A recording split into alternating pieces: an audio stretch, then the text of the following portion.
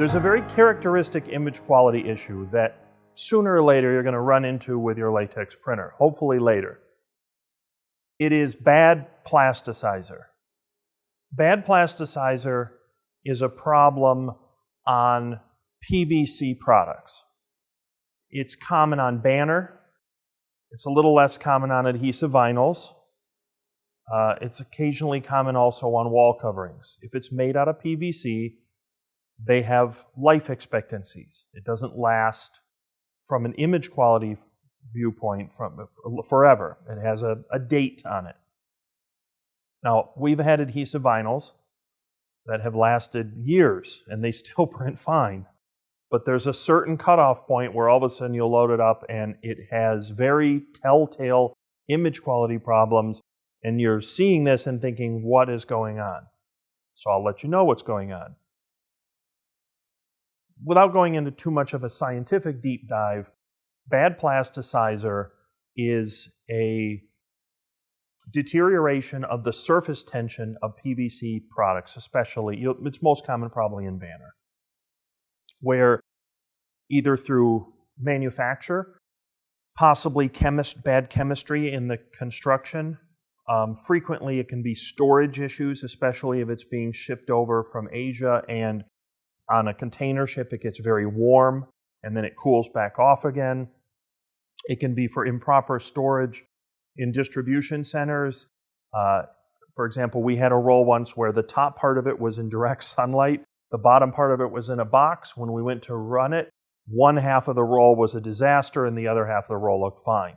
One half of the roll had been continuously exposed to sunlight and it damaged the plasticizer.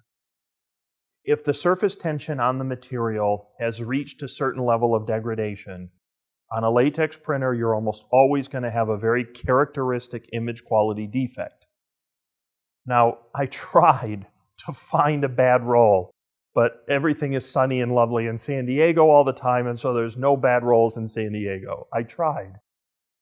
So this roll here is from 2013, so this is 3 years old. Prints perfect.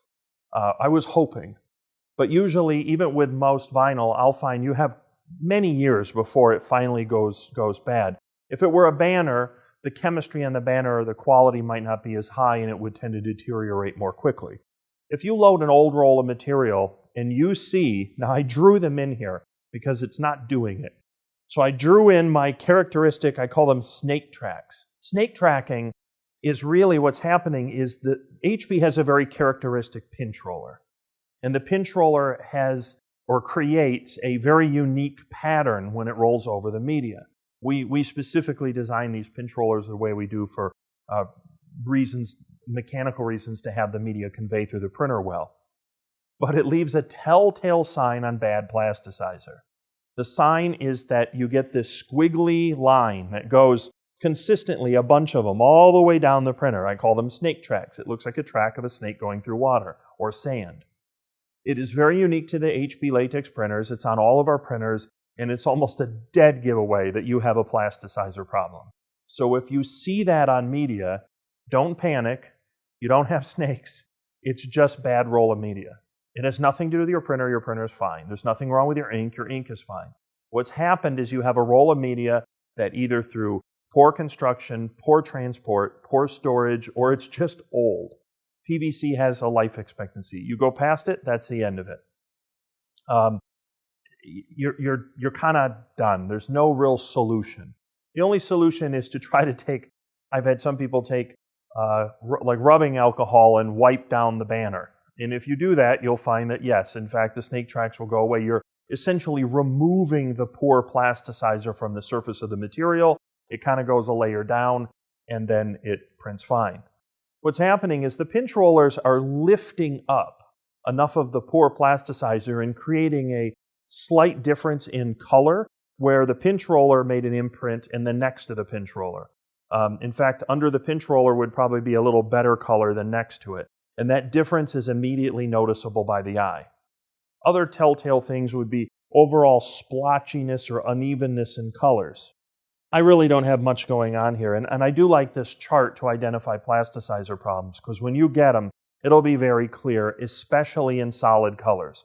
If you send a whole length across the media width of a big solid color and you have plasticizer issues, it'll be very obvious you have them.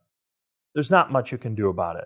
Sometimes, especially if you're taking delivery, let's say you have someone shows up in a white van and offers you a great deal on banner, it might be worth your time to take a roll, put it on the printer, and then run it and confirm that the rolls are okay.